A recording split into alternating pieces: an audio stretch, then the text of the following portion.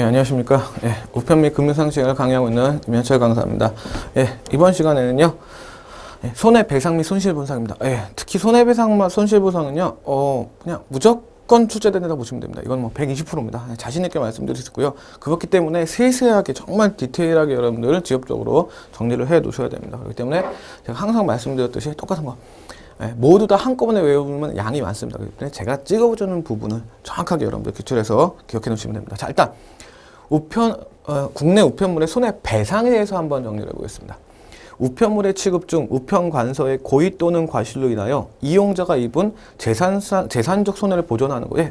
그럼 가장 중요한 말이에요. 결국 뭔가 실수를 했기 때문에 그게 고의든 과실이든 실수든요. 했기 때문에 손해를 보전하는 것이죠. 그럼 뭘 해야 돼요? 우편관서의 고의 또는 과실로 인하여입니다. 자, 고의 또는 과실로 인하여 이용자가 입은 겁니다. 그럼 여러분들 잘 보세요. 밑에 게 또 중요합니다. 우편에 관한 손해배상은 지금 배우고 있는 우리가 손해배상은요. 우편관서의 고의 과실을 요건을 하는 점에서 자, 그럼 여기까지는 좀 배우는 거죠. 아, 손해배상은 고의 과실입니다. 그러면 뭐가 떠느냐? 우리가 뒤에 배울요. 고의 과실을 요건으로 하지 아니하고, 이건 뭐 그러니까 아니하고 다른 거죠. 이거는 왜요? 여기서 하는 거니까요. 적법한 행위에, 자, 그럼 뒤에서 미리 한번 하는 거죠. 적법한 행위에 의한 경우에도 그 손실을 보상하는 손실보상과. 그렇죠? 그 다음에 부가 취급 여부, 재산성의 손해 유무를 요건을 하지 않는 이용자 실비 지급 제도와 어떻게 되는 거예요? 구분되는 거예요. 자, 그럼 여러분들 잘 들으세요. 지금 제 말을요. 손해배상은 뭐라고요? 우편관서의 고의 또는 과실을 통하여 하는 겁니다. 두 번째, 이따가 배울 손실보상은요. 손해보상과 손실보상은 다른 겁니다. 그럼 뭐예요? 적법한 행위에 의했는데도 그 손실이 어쩔 수 없이 일어났을 때 그것을 보존해 주는 게 손실보상입니다. 그 다음에 이러한 손해적인 것이 아니고 또 다른 요인에서 이용자 실비를 지급하는 제도. 이렇게 세 가지를 하는 겁니다. 그래서 지금 배우는 건요. 손해배상, 손실보상, 이용자 실비 제도라는 세 개를 배우는 게 이 단원입니다. 반드시 여러분들 기억하시고요. 그럼 개념부터 다시 한번 정리해 볼게요. 손해배상 뭐라고요? 우편관서의 고의 또는 과실. 기억하시고요. 그 다음 두 번째, 적법한 행위지만 어쩔 수 없이 손실이 일어났을 때 하는 건 손실보상. 그 다음에 세 번째는 손해가 일어나지 않더라도 이용자 실비를 지급하는 제도가 있습니다. 이 세 가지 제도. 이건 이따 따로 말씀드릴 테니까요. 이 세 가지를 여러분들 정리하는 게 목표입니다. 자, 일단 그럼 손해배상 보죠. 손해배상 다시 한번요. 우편관서의 고의 또는 과실을 이용한다. 자, 그 다음에 그럼 국내 우편물의 손해배상의 청구권이 있습니다. 자, 손해배상 청구권 당연히 누가 있습니까? 당연하죠. 당해 우편물의 발송인이죠. 발송인.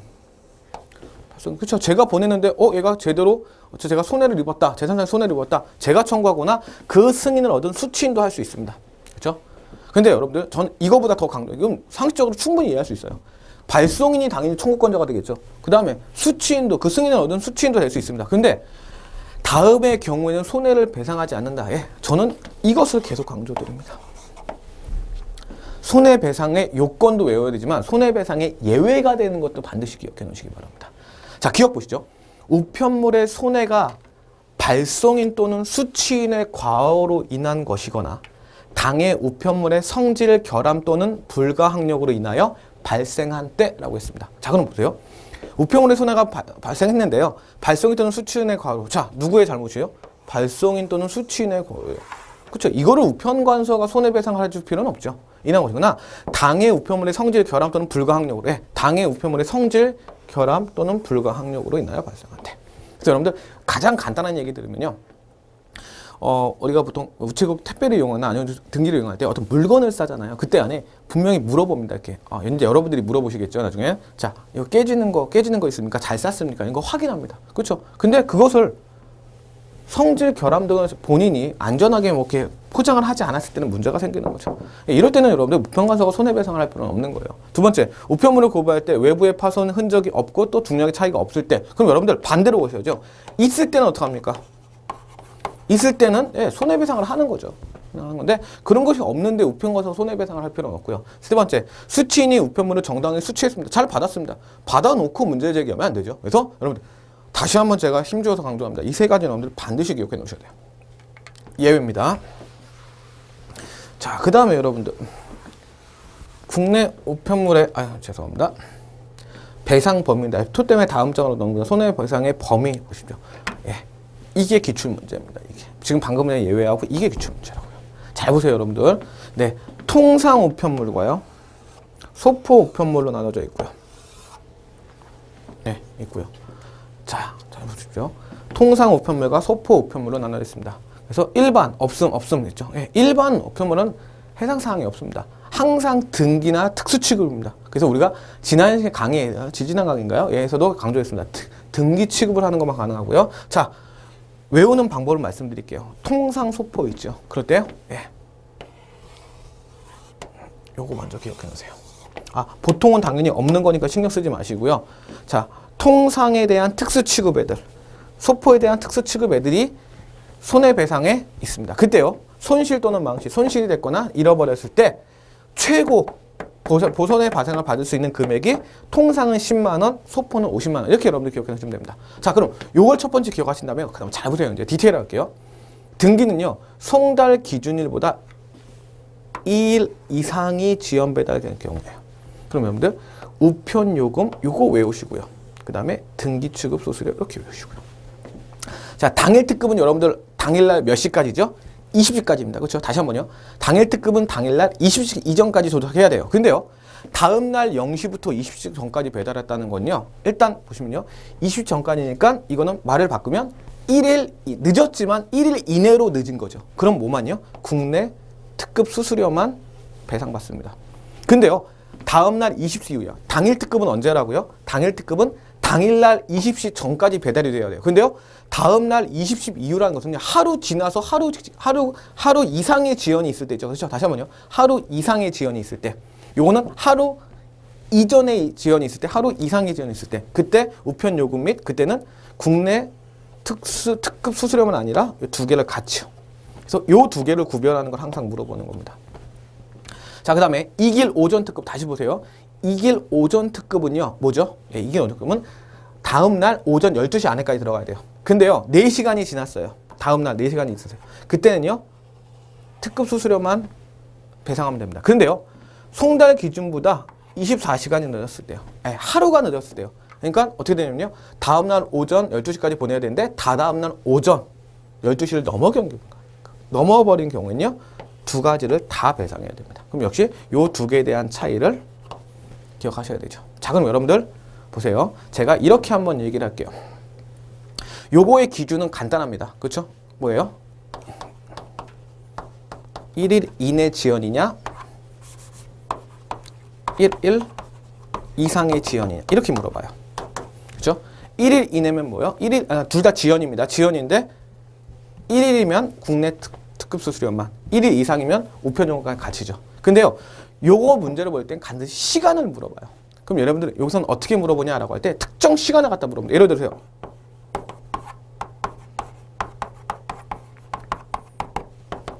12시간 지연됐습니다. 여기에 해당되나요? 여기에 해당되나요? 자, 밑에 건 뭐죠?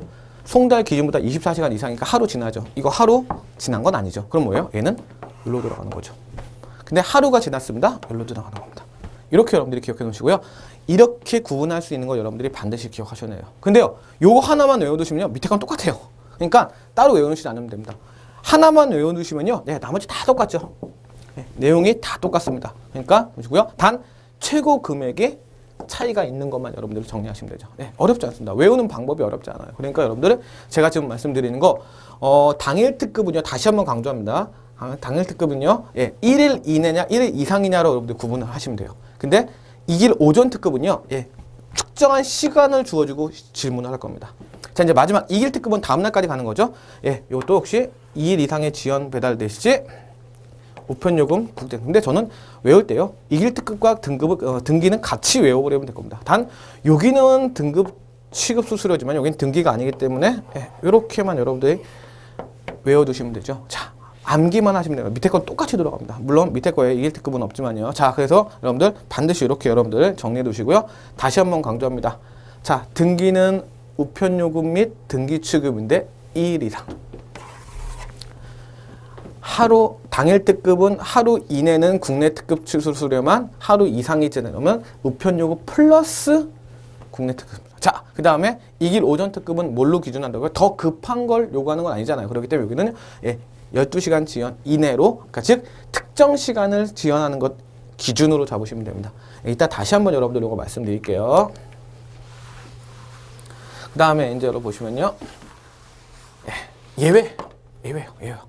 여기서 뭐 공휴일 원래 해주죠. 그 다음에 우정사업본부장이 전화에 제외하죠. 그보다 여러분들 이거죠. 설, 추석 등의 우편물이 대량으로 늘어나 지연 배달의 경우. 이거 여러분들 우리가 상식적으로 이해할 수 있는 건데요. 이것 때문에 막 급하게 보내달라. 여러분들 추석이나 설날 앞두고 뭐 하루 전에 내일까지 배달해 주세요. 이거 절대 안 됩니다, 여러분들. 그건 미리미리 우리가 일반적인 사람들이 살면서 일반적으로 우리가 해야 되는 거고요. 그 다음에 우편번호를 잘못 기재하거나 수취인이 부재하는 등 또는 발송인 또는 수취인의 귀책 사유로 지연 배달 등 이런 거 있죠. 그 다음에 천재지변 불가항력. 그렇죠.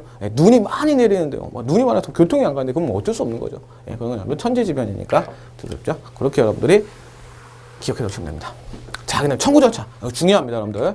자, 일단 우편물 수취 거부자의 신고입니다. 이게 첫 번째입니다.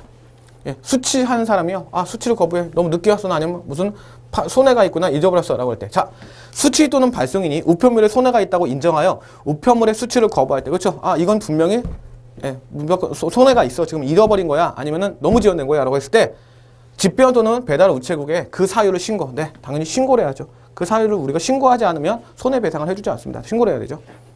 우편물 손해배상 신고를 접수한 우체국은 우편물류 시스템에 사고 접수 내역을 등록하고 해당 배달 우체국에 이거 검사 조서에 의거 검사 요청을 하죠. 그렇죠? 그 무조건 신증거가 들어왔다고 배상해 주시지는 않을 거 아니에요. 그렇죠? 조사를 하겠죠. 그다음에 니은 신고 사실의 검사. 네, 실제로 배달 우체국에서는 손해 사실의 신고를 받았을 때 집배원 또는 책임지기 수취 거부, 우편물의 외장 또는 중량 이상의 유무, 우편관세의 고의 과실 유무를 검사한다. 그럼 자네가 스스로 조사를 하겠죠. 그 다음에 손해 검사 조서를 작성합니다. 자, 여기서 중요한 거. 어려운 말 않습니다. 아, 신고하죠. 신고가 들어오면 우체국은 어떻게 됩니까? 그것을 확인하고 실제로 검사가 이루어져야죠. 그 다음에 손해 검사 조서를 작성합니다. 그때요. 손해가 있다고 판단되면 수취 거부했던 다음 날로부터 15일 이내에 수취 거부자에게 출석을 통지해야 된다. 그럼 뭘 나오겠는데 15일 이내에 알려줘야 되는 거야. 아, 우리가 조사했는데 너 얘기도 다시 한번 들어보겠다. 수취인 당신네 얘기도 한번 들어보겠다라고 부르는 거예요. 며칠 내에요? 15일 내에요. 그거 여러분들 기억하시면 되고요. 그 다음에 이제 결국 그런 것 과정이 다 이루어지면요. 손해배상을 결정합니다. 자, 손해가 있는 것으로 판단됐습니다. 결정됐어요. 그럼 배상 청구를 심사하겠죠? 심사할 내용은 이런 겁니다. 자, 일단 우편물을 발송한 날로부터 1년 내에. 자, 여러분들 이게 전 제일 중요한 거예요. 그럼 뭐예요? 아, 우리 손해배상 청구권자가 누구죠? 수취인 또는 미안합니다. 발송인 또는 그 발송인의 승인을 얻은 수취인이라 그랬죠. 그때요. 1년 내 청구입니다. 가지고요. 책임의 원인, 손해배상, 책임의 원인, 예를 들어서 불가항력적 할 필요 없죠. 손해배상을 제한해 있는 경우, 그 다음에 우편물을 수취하는 이의를 제기한 것이 아닌지, 청구자가 수취인하면 발송인의 승인을 얻은 것인지, 이러한 단계를 여러분들이 반드시 챙겨두셔야 됩니다. 문제는요, 요거 하고요, 맨 마지막 문제. 청구자가 수취인이라면 발송인. 자, 청구자가 누구라고 그랬죠? 다시 한번요. 발송인 and 발송인의 승인을 얻은 수취인입니다. 그러니까 수취인이라면 실제로 발송자의 승인을 얻은 것인지 하는 겁니다.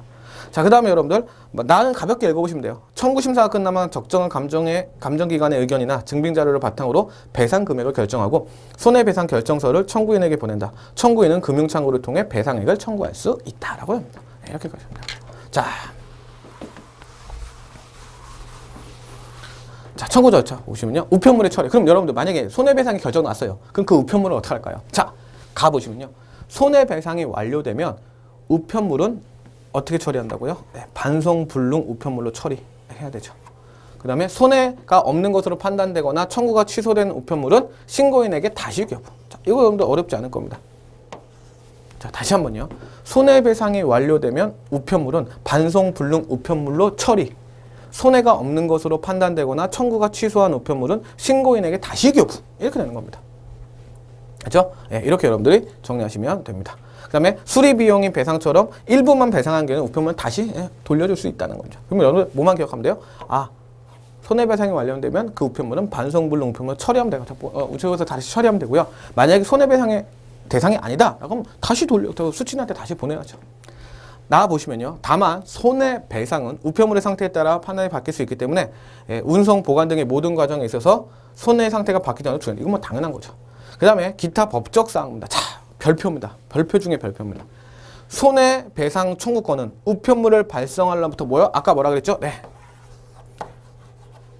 손해를 입었으면요. 손해를 입은 날부터 언제요? 1년 이내에 배상 청구를 해야 된다는 얘기입니다. 다만 손해배상 결정서를 받은 청구인은요. 우편물을 받을 날부터 5년 안에 배상을 청구할 수 있다. 자, 이 두 개를 자꾸 헷갈려 하시더라고요. 자, 구분해 드릴게요. 제가 원래 보냈습니다. 누구한테. 근데 그게 도중에 뭐 파손됐거나 아니면 잃어버렸어요. 그럼 제가 왜 안 보내요? 라고 우체국에 물어보겠죠. 그때 어떻게 해야 돼요? 1년 안에 손해배상을 청구해야 됩니다. 그럼 손해배상을 제가 청구하면요. 거기서 바로 돈 돌려줍니까? 아니죠. 어떻게요? 아까 그런 조사에 등등등에 대한 과정을 거치겠죠. 그래서 결정 났어요. 오케이, 땅. 미안합니다. 손해배상을 해주겠습니다. 라고 하면요. 그때 그럼 그걸 뭐 받아야 될 거 아니에요. 계좌로 받든지 아니면 제가 무슨 직접 가서 돈을 받든지요. 그때 그것을요. 5년 안에 청구를 해야지 돈을 받을 수 있는 겁니다. 이 두 개는 구분되는 겁니다. 그래서 1년, 5년 반드시 기억하시고요. 그 다음에 손해배상에 이의가 있을 때는 결정송지. 자, 중요합니다. 3개월 안에. 자, 저는 분명히 이게 이제 약간 어려운 단어 행정심판이라고 하는데요. 그 당사자, 행정 업무를 한 당사자에게 청구를 했어요. 근데 그것은 야, 손해배상의 대상이 아니에요. 우리 우체국 책임 없어요. 라고 했습니다. 그럼 저는 열받겠죠. 저 화나겠죠. 그럼 그 다음 구제제도를 생각해야 되겠죠. 그 다음 제도가 바로 민사소송입니다. 근데 민사소송은 어떻게 할 수 있다고요? 3개월 이내에 할 수 있다고요. 이걸 여러분 반드시 외워둬야 돼요. 자, 그 다음 보시면요. 손해를 발생시킨 직원인에게 고의가 없거나 과실이 크지 않거든 구상권을 행사하여 행정적인 책임을 묻지 않는다. 라고 할 때 고의가 없으면요. 직원에게 책임을 묻지 않아요. 왜 무슨 뜻이냐면요. 제가 발송인이에요. 제가 요 A한테 보냈어요. 근데 문제가 생겼어요. 그래서 저는 요쪽한테 우체국한테 배상해 주세요 갖고 여기서 배상을 해줬습니다. 근데 우체국에서 제가 일로 보내서 직접 배달한 직원이 있을 거 아니에요.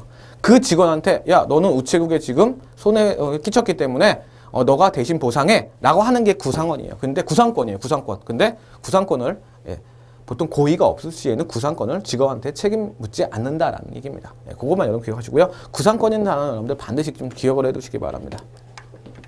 자, 이제 두 번째로는요. 손실보상입니다. 손실보상은 제가 아까 말씀드렸죠. 꼭 외우셔야 되는 말.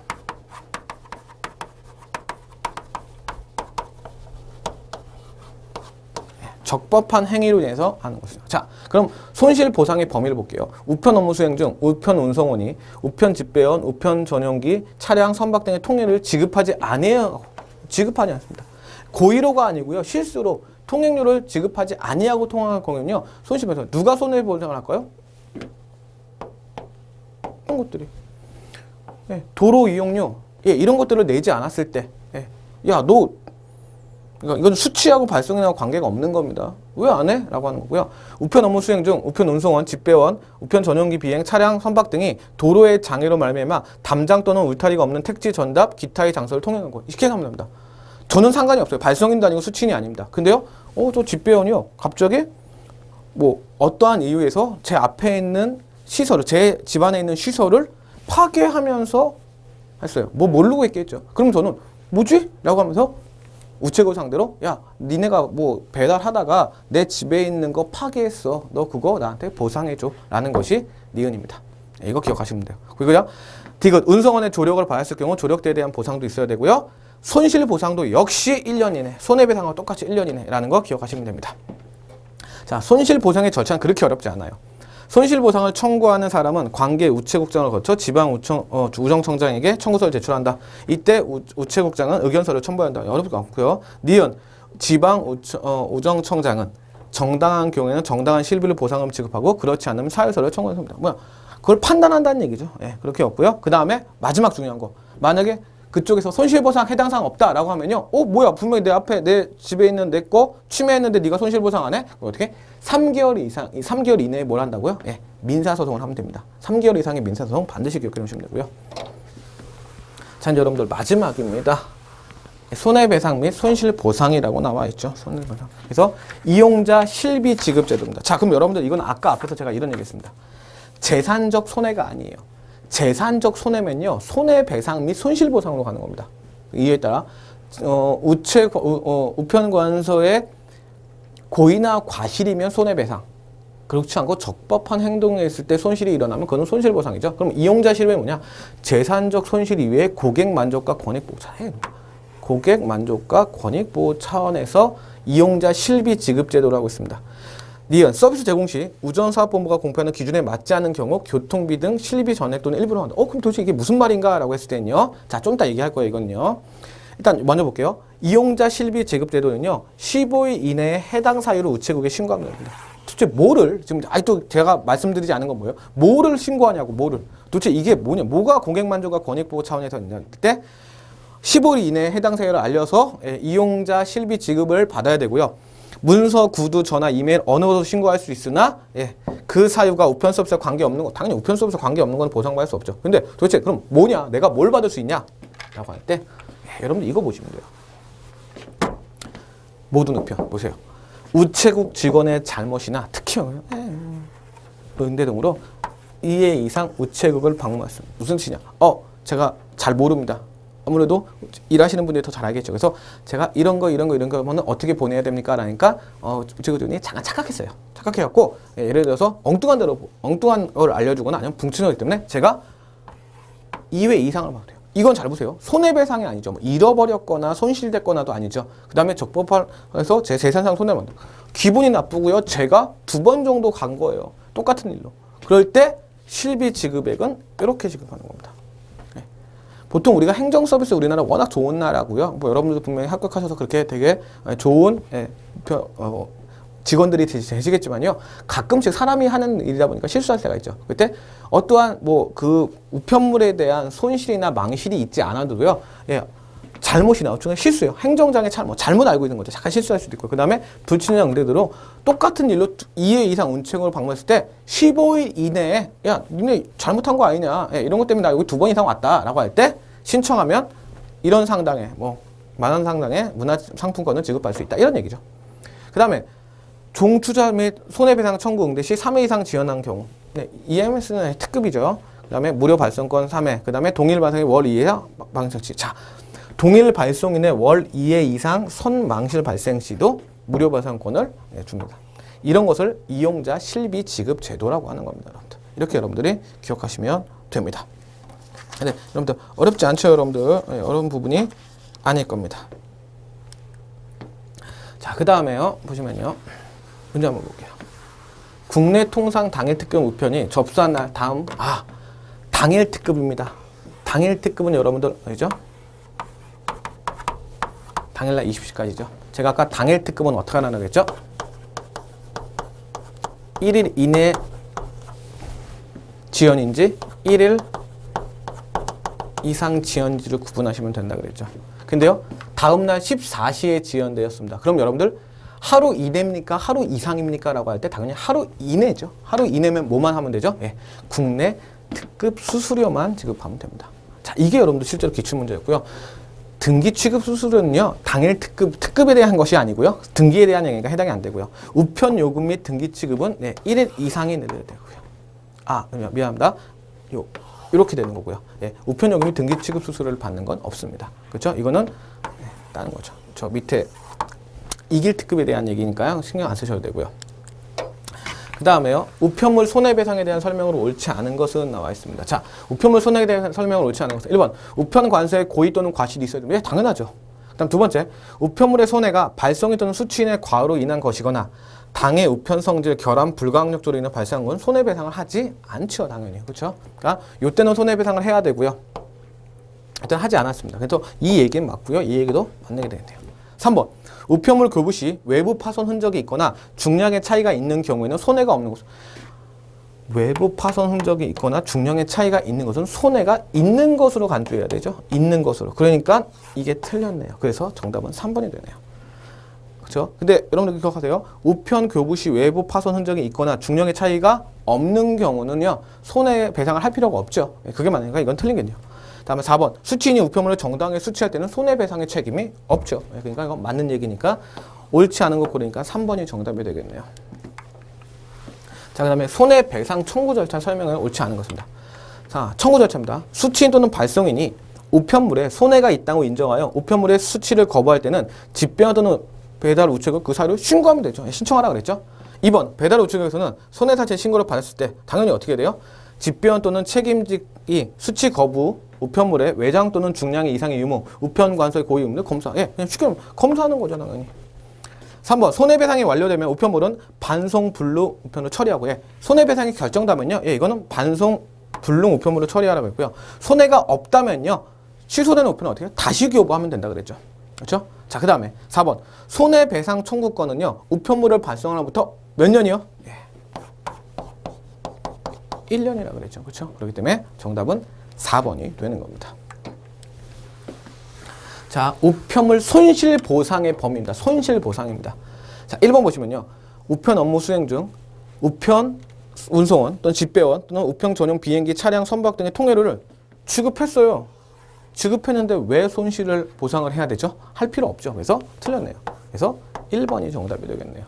2번 우편 업무 수행 중 우편 운송원, 우편 집배원, 그 다음에 우편 전용 비행기 차량 선박 등이 도로의 장애로 말미암아 담장 또는 울타리가 없는 택지, 전답, 기타의 통화한 공은 당연히 손실보상을 해줘야죠. 그 다음에 운송원의 조력을 받았을 경우도 해줘야 되고요.